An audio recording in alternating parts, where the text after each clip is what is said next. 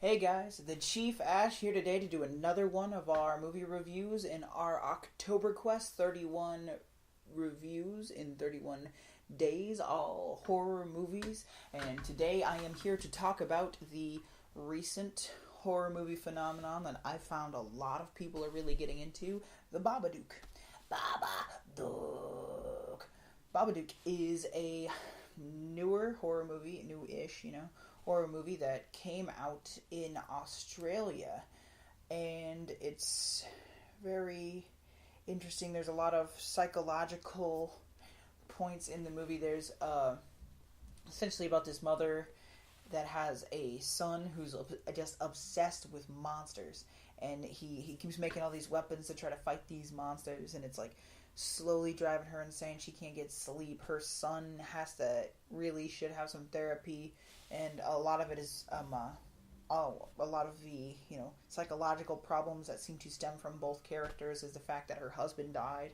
So it's her trying to live through the trials and tribulations of being a single mother while also having a kid who seems to be disturbed in some form or fashion. There's points in the movie where the kid is like not acting wise, pretty good actor as a child actor, but as the character, just crazy, like hard to just annoys it'll annoy the piss out of the viewer.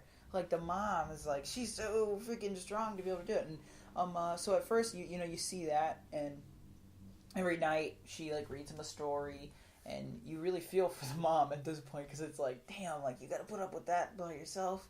It's hard, and he's a little crazy dude. And anyway, so it's the first bit of the movie is essentially them, just living, and her just trying to deal with the complications. Her kid has no friends because he's weird. Even his cousin, her sister's daughter, hates him. Can't stand him.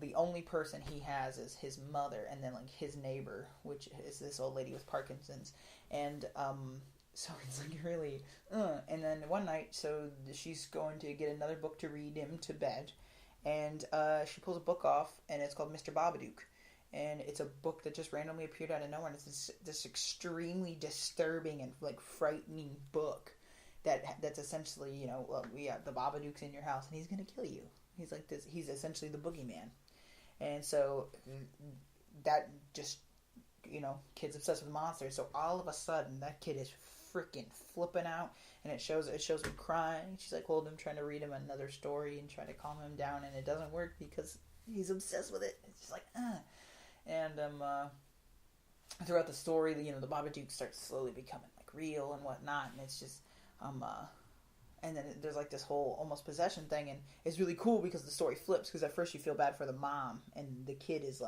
you're like, God, he needs to just quit. And then after, I want to call it a possession, you got to see the movie. You just got to see it. Whatever it was, you feel for the you're worried about the mom, and you're feeling for the kid. Me and Subpar were talking about it, and it's very much, we were thinking it's very much the mother's hate almost incarnate. It is so good.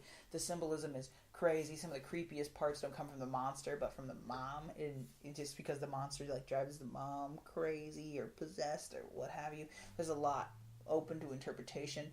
The monster is done in almost a Germanic expressionist style, which is really interesting, because the film is done in such a way where it's realistic, but it has this almost Tim Burton filter on it, a very, very washed out gray filter on it, and it's interesting to watch because of that. And then the Germanic expressionist-esque monster really fits in that situation. He's got kind of the Freddy Krueger kind of claws, and he's like this, and when he moves, he sounds like an insect, and which actually makes me think of my only big complaint about the movie is there's a part where he's showing his true form, and he's I'm super scary, and they have a stock pterodactyl sound for him, which is just it really throws you out of the movie, and the movie's great. This one part, it's just as soon as you hear the noise, you're like, what the fuck? Like, that's not all the movie's creepy. It has scary parts. There's a few jump scares, but not many. And it works because there's few, and the movie's supposed to be creepy, and when it shows dude transform into his monstrous full true form, it's just you're like, oh god, and then you hear like the pterodactyl noise, and you're like, what the fuck, dude? Like you lose it. You get it's all this build up, and then you're just like go fuck yourself for real. But there is it redeems itself after that. It's not the end of the movie. It still has a little bit to go, but it is definitely one of those things where it's just like, damn, like they could have let that guy out, like, and that would have just been the movie would have been perfect. But it's still good beyond that.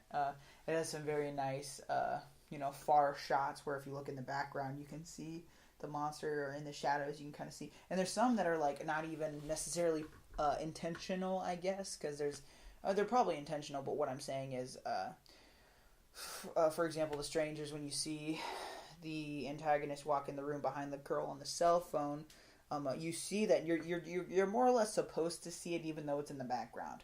In this one, there'll be stuff that you're supposed to be looking at, but like off in the corner, there'll be like a coat rack, and it'll be like a similar hat to the one the monster wears, or similar jacket right under it, and that's off to the side. That's not necessarily supposed to be your focus, so it's interesting. Like the design of each scene brings you to something like that.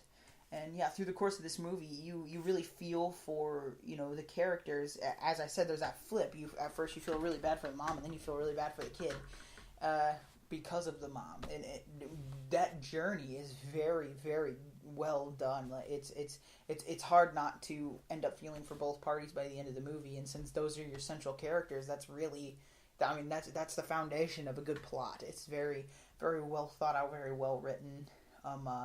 Great foreign film if you want to look at it like that. So definitely, if you had to watch a horror movie this month, The Babadook, if you haven't seen it, you need to check it out. It is definitely worth the watch.